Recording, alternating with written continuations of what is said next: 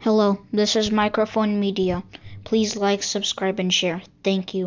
ሰላም ጤና ይስጥልኝ እንደምን ዋላችሁ እንደምን አደራችሁ በመላው ዓለም ላይ ያላችሁ አድማጮቻችን ሰላም ለእናንተ ይሁን። ይህ ማይክሮፎን ሚዲያ ቁጥር 2 ነው። ማይክሮፎን ሚዲያ ቁጥር 2 አዲሱ ቻናላችን ነው። በአማርኛ ወደ እናንተ የምንመጣበት መላው የኢትዮጵያ ሕዝብ ብዙ ነው የሚባል የኢትዮጵያ ሕዝብ የሚናገረውና የሚሰማው አማርኛ ስለሆነ ብሔራዊ ቋንቋም ስለሆነ በሱ አድርገን ለሕዝባችን ኢንፎርሜሽኑ በትኩሱ ያለ እንዲሰማው አስተርጉመህ ሌላ እንዲህ ብለው ነበር ምናምን ተብሎ ሳይሆን በቀጥታ ወደ እናንተ ትኩሱን ዜና የምናቀውን ወደ እናንተ ለማድረስ ነው የመጣነውና አዳዲስ የሆናችሁ ሰብስክራይብ ያላደረጋችሁ ሰብስክራይብ አድርጉ፣ የደወል ምልክቷንም ተጫኑ። ይሄንን ካደረጋችሁ ወዲያው አፕሎድ እንዳደረግን ዩቲዩብ ደግሞ ወደ እናንተ ኖቲፊኬሽን ይልክላችኋል። እናንተም ወዲያው ታዩትና ቀድማችሁ ስትሰሙት ተጠቃሚ ትሆናላችሁ እያልኩኝ ዛሬ ለየት ያለ ፕሮግራም ይዘንላችሁ መጥተናል። ለልዩ ኦፕሬሽን ቲዲኤፍ እና የኤርትራ ሰራዊት ወደ አፋር ይላል። ምን ማለታችን ነው? ምን ማለታችን እንደሆነ ለሚቀጥሉ 10 ደቂቃ ከኛ ጋር ከቆያችሁ ሁሉንም ትሰማላችሁ። ነገ ደግሞ ቲዲኤፍ እና ፋኖ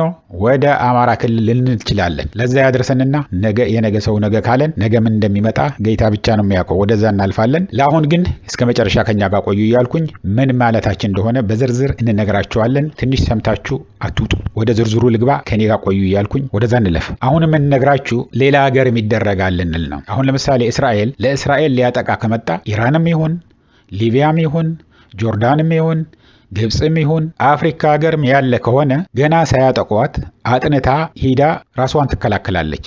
አድርጌያለሁ ብላም አታውጅም። እንደዚህ አድርጎ በግልጽ የሚያደርጉት አለ፣ በድብቅ የሚያደርጉት ነገር አለ። አሁን ደግሞ ኤርትራ የሚያሰጋ አፋር ውስጥ አለ። የአፋር ቀይ ባህር ተብሎ የፌዴራል መከላከያ ጨምሮ የፌዴራል ፖሊስ ጨምሮ የኤርትራውያን ዳያስፖራ ጨምሮ አፋር ውስጥ የተከማቸ ሰራዊት አለ ወደ አሰብ ሂዶ ለመያዝ። ይሄ አንድ በሉልኝ አድማጮች።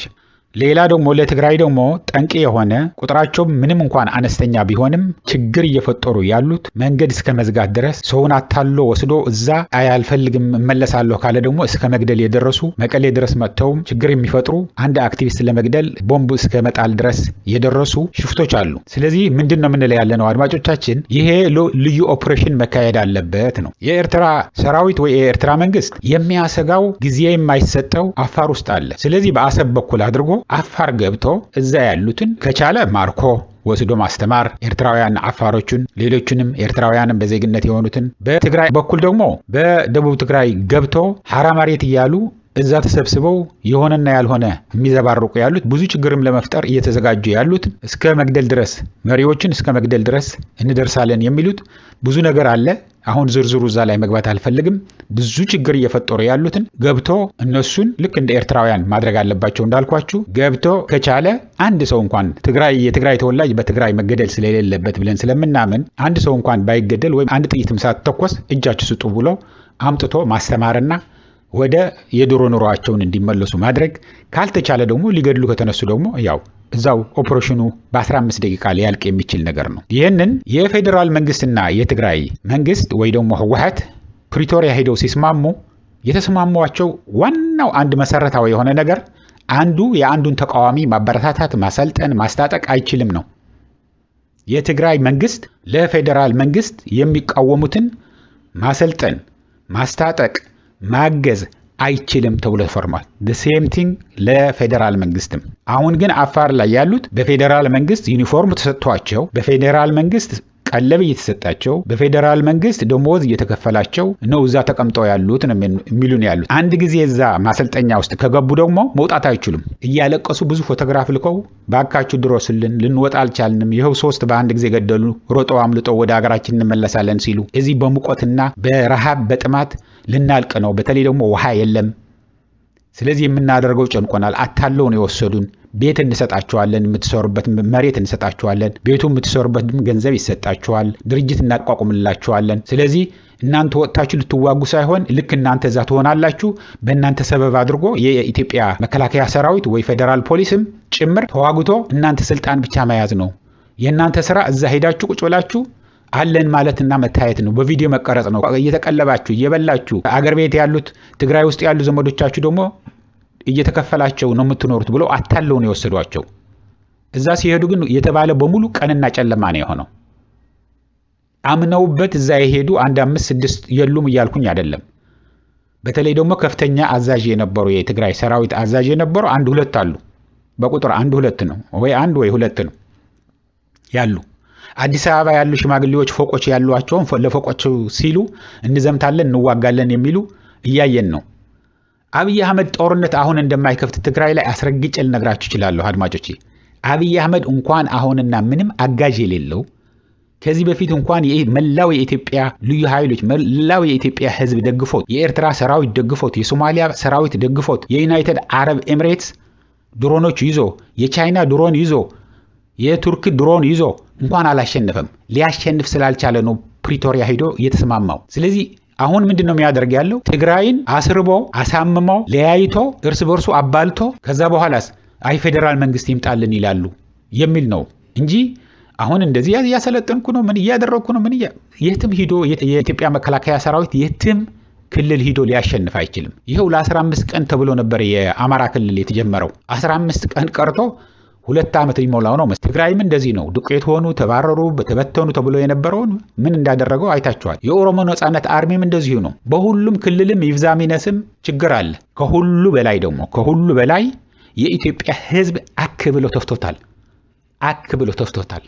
ትንሽ ነገር ነው የሚፈልገው እንጂ ይሄ መንግስት እንደው እንዴት አድርገን ነው የምንነቅለው ነው የሚል ያለው። ያ ጠለዋለሁ የሚለው የነበረው ወያኔ በመጣልን መለስ ባክህን ተመልሰናልን እያሉ ነው ምናደር ያለን ነው የሚለው። ባካችሁንልን በኢህአዴግ ጊዜ ምን ነበርን? ከቤትም ቤት ከገበሬውም ነግዶ ሰርቶ ይሄ ገሌ ሚሊነር ሆነ ይሄ ገሌ እንደዚህ ሆነ እየተባለ እየተወዳደረ ነው የነበረው እንጂ ልጆቹን እየገበረ ለአንድ ግለሰብ ብሎ ሁሉንም አስርቦ የአዲስ አበባ ህዝብ ነቅሎ አውጥቶ የነበረ ማህበራዊ ኔትወርካቸውን በሙሉ በጣጥሶ በእድርም በምንም በቀብርም በምንም የሚገናኙ የነበሩትን አሁን ከፒያሳ ሲያነሳ አንድ ቦታ ላይ ወስዶ አይደለም የሚያሰፍራቸው 4-5 ቦታ ነው ለያይቶ ጭራሽ ሊጠያየቁ እንደማይችሉ አድርጎ። አሁን ሽመልስ አብዲሳ አንድ ጊዜ ምን ብሎ ነበር? አሁን የምኒልክ ሐውልት በቀን በጠራራ ፀሐይ ሂደን ብናነሳው ማንንም ያስቆመን የለም። ምክንያቱም እዛ የነበረው ህዝብ በሙሉ ነቅለነዋል፣ በትነዋል፣ አፍርሰነዋል፣ ዴሞግራፊው ቀይረናል ብለዋል። ደግሞ በጣም የሚገርማችሁ በግልጽ ነው የሚናገሩት በአማርኛም በኦሮምኛም። ስለዚህ አሁን ምን ላይ ያለ ነው? ወደ አርስቴ ልመለስና አድማጮቼ የኤርትራ ሰራዊትም እዛ አፋር ውስጥ ያሉትን መብቱ ነው። የግድ ያወጀ መግባት የለበትም። ሂዶ በ15 ደቂቃ በ20 ደቂቃ ጨርሶ ይዘዋቸው ሊሄድ ይችላል። የትግራይ ሰራዊትም እንደዛ ነው። ከዛ በኋላ አብይ አህመድ ይውጣና ለምንድነው አፋር ውስጥ ገብታችሁ እኔ እያሰለጠንኩ እያስታጠቅኩ እየቀለብኳቸው የነበሩትን ተቃዋሚዎችን ለምን ገደላችሁ ብሎ ይናገር። የፕሪቶሪያ ውል እየጣስኩ ነው ጥሻዋለሁ ሊል ነው። ሳይናገር ጥሶታል። ሁሉም ነገር ተስማምቶት የነበረው አንድ ነገር አያረግ ያለው ግን በግልጽ ወጥቶ እስቲ ለምን አፋር ገብታችሁ እናንተን ለማጥፋት እናንተን ለመለያየት ህዝብ የትግራይ ህዝብ እርስ በርሱ ለማዋጋት ወደ ትግራይ የሚገቡትን ሁሉም ነገር ደግሞ ማስተጓጎል ላይ ያለውን ሰራዊት ለምን ማርካችሁ ወሰዳችሁ ብሎ ይናገር። አይናገርም፣ ቃል አይናገርም። በኤርትራ አንፈትም እንደዛ ቢደረግ ምንም አይናገርም። ምክንያቱም ውርደት ነው አለ ራሱ። ምን እያጠበቅ ቆይተ ነው የኤርትራ ሰራዊት አፋር ክልል ኢትዮጵያ ውስጥ ገብቶ ማርኮ የሚወስዳቸው የሁሉ ሰራዊት ተብሎ ይዋረዳል። ስለዚህ እኛ እንደ ግለሰብም ብዙ የሚሊተሪ ባለሙያዎች የጀነራሎች የነበሩ ጦሮታ ላይ ያሉት ይሄ ያስኬዳል ያዋጣል እያሉን ነው ያሉት። ያዋጣል የኤርትራ ሰራዊትን እንደዛ ቢያደርግ የትግራይ ሰራዊትም እንደዛ ቢያደርግ አንደኛ ነገር ግንኙነቱንም ያጠናክራል። ነገ ጧት ደግሞ ከኦፋን ጋር ሆኖ ይሰራል። ትግራይ አሁን አሳምመዋታል ያለው ትግራይ አስርበዋታል ነው ያለው። ትግራይ ከ40% በላይ መሬቷን ቀምተዋት ነው ያለው አብይ አህመድ። በተለያዩ ትልልቅ ሚዲያዎች ሪፖርት እንደሚደረግ ያለው የትግራይ ህዝብን አንበርክኬ ያለው አሸንፌ ያለው እያለ እየተናገረ ነው ብለዋል። ኢትዮ ፎረም በደረሰው ሪላያብል የሚለው ወይ ደግሞ አስተማማኝ የሚለውን ምንጩ ጠቅሶ ሪፖርት ያደርገዋል። ሂዳችሁ ማየት ትችላላችሁ የትናንትናውን። ስለዚህ እንደውም አቢሲኒያዎች ነው የሚለው። አቢሲኒያ ሲባል እንግዲህ አማራውም ኤርትራውም ትግራይኑም ይጨምራል። ይሄ በደንብ እንወቀው። ከአብይ አህመድ ጋር መስራት ጽድቅና ከኤርትራ ጋር መስራት ኃጢአት ያደረገው ማን ነው? ሁሉም እኮ ትግራይ መጥተው ገድለውናል። ሁሉም ግን አሁን ከእንግዲህ ወዲህ በትግራይ በኩል ወደ ኤርትራ የሚገባ ሰራዊት የሚደበድብ ውጊያ ከአንዲት ጥይትም ብትሆን ከትግራይ በኩል ወደ ኤርትራ አትተኮስም። 4 ነጥብ። ለነሱ ብለን ለራሳችንም ብለን ለማንንም ብለን ይሁን ከኤርትራ በኩልም እንደዛ ያሉን ነው። ከእንግዲህ ወዲህ እመኑን በኤርትራ በኩል አንዲት ነገርም ወደ ትግራይ አትተኮስም። አንድ ሰራዊትም ቢሆን የጠላት ሰራዊት በኤርትራ አድርጎ ወደ ትግራይ አይገባም። ኤርትራ ትግራይ ደግሞ ተዘግታ ተቆልፎባት 360 ዲግሪ ተዘግቶባት አትኖርም ከዚህ በኋላ የሚያስፈልገውን ነገር ወደባችን ተጠቅማችሁ ማስወጣት ማስገባት ትችላላችሁ እዛ ከተደረሰ እያሉን ነው ያሉት። ስለዚህ ይሄንን ነው የምንላችሁ ያለ ነው አድማጮች።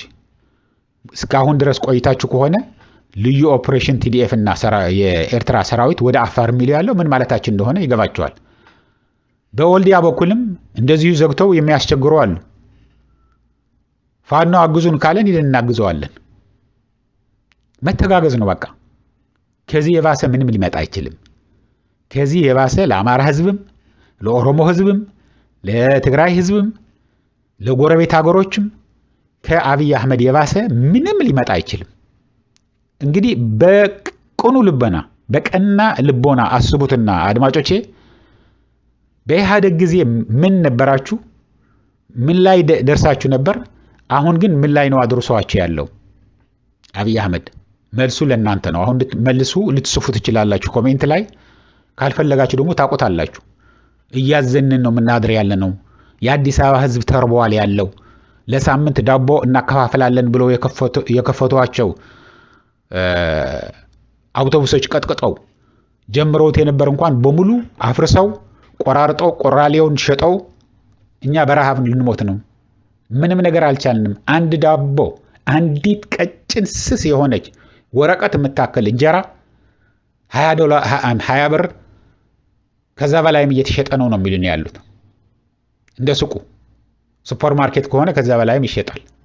በየተራ ሱቁ ትንንሾቹ ሱቅ ከሆነ ደግሞ እስከ 20 ብር ይሸጣል እያሉን ያሉት። ከዚህ ከፋ ምን ይመጣባቸዋል? ከዚህ የከፋ ምን ይመጣል? አድማጮቼ ይሄንን እያልኩኝ እንግዲህ በሚቀጥለው ጊዜ ሁሉ ጊዜ ወደ እናንተ እንዲመጣላችሁ እስካሁን ሰብስክራይብ ካላደረጋችሁ ሰብስክራይብ አድርጉ፣ የደወል ምልክቷን ተጫኑ፣ ላይክ ሳታረጉም እንዳትወጡ እያልኩኝ እዚህ ልሰናበታችሁ። እስከሚቀጥለው ጊዜ ድረስ ሰላም፣ ደህና ዋሉ፣ ደህና ደሩ። ቻው።